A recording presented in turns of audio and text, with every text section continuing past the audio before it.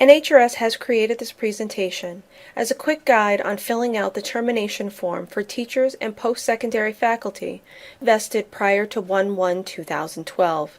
It is important to report accurate information on the termination forms, because reporting information that is inconsistent with information previously submitted through the employer data reporting system will delay finalizing the employee's final pension benefit.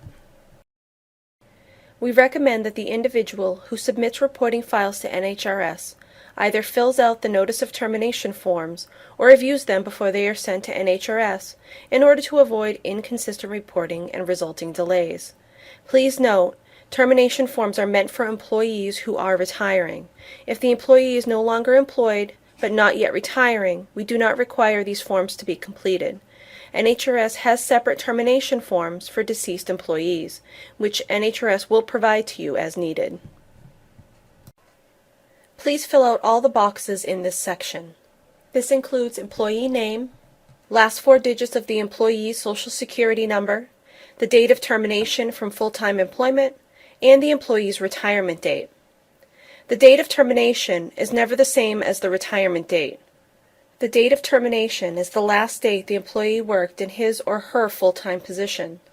The retirement date is the date the employee has elected to be considered retired with NHRS, and is always the first of a month.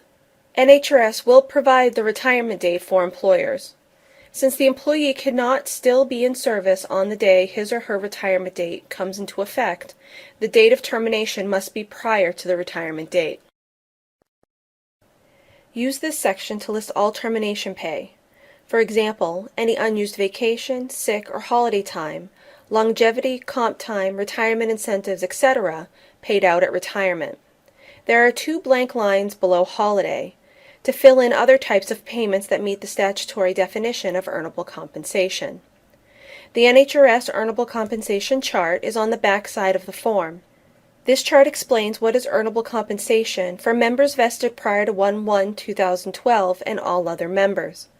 If needed, use the Other section to list any lump sum payments being made to the employee and include a description of what the payment is. Only list termination pay that was paid out at the time of retirement. If an employee was paid out termination pay over the course of several years, those wages would appear under additional salary for the corresponding year in Section 4. If time is accrued by hours, be sure to convert them to days.